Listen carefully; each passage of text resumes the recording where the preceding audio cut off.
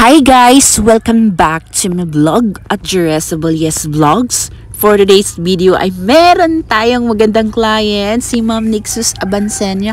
At buti na lang talaga ay pumayag siya na magpa-video sa atin. So napakabait naman talaga ni Ma'am Nixus. Isa po siyang teachers dito sa amin. So anyway guys, meron siyang ipapagawa sa atin na highlight. At syempre naman, hindi mawawala ang balancer by Wars Hair Products. So napakalaking tulong nga naman talaga nitong balancer sa paggawa ko ng mga hair.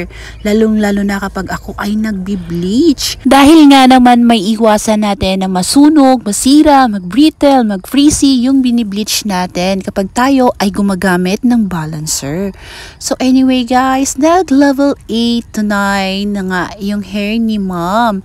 So laging tatandaan kapag kayo ay nagbi-bleach, gumamit lang po kayo ng 6% oxidizing para nga naman maiwasan natin ang rubberizing kapag tayo ay nagbi-bleach.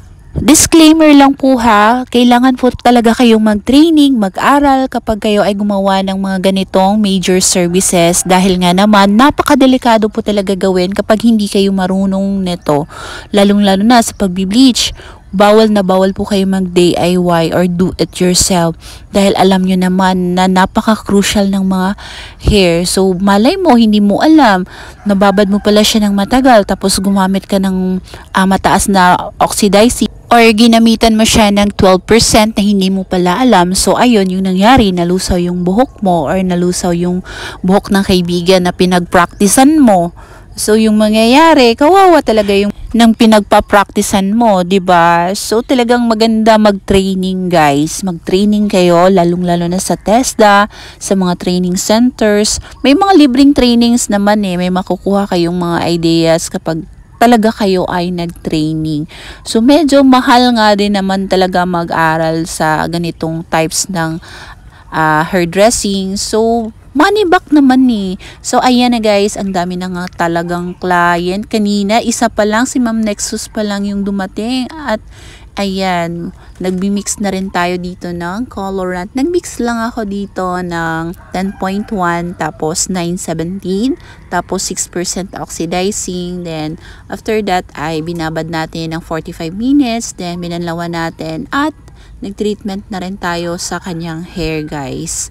So, ayan. Babad lang natin yung 310 within 10 minutes. Then, after that, ito na nga yung naging outcome ng hair ni Ma'am Nixus. Napakaganda na ng kanyang hair. Kitang-kita yung highlights. So, happy-happy rin naman si Ma'am Nixus sa kanyang hair, guys. Look at that. So, diba? So, ganun kaganda yung hair ni Ma'am. Bonggang-bongga nag-transform yung hair ni Ma'am Nixus. So, napaka-happy niya at nasatisfied talaga siya sa ginawa nating hair transformation sa kanyang hair, guys. At ilang oras din naman natin ginugol ang kanyang hair. So, yan na po yung naging outcome ng kanyang hair, guys. Maraming salamat po sa panonood nyo. Naway marami kayong natutunan. At anyway guys, kung gusto nyo magpa-tutor sa akin or magpa-training, just PM me na lang guys. Through online tutorials po tayo ha, or online training. Anyway guys, thank you for watching and God bless you all.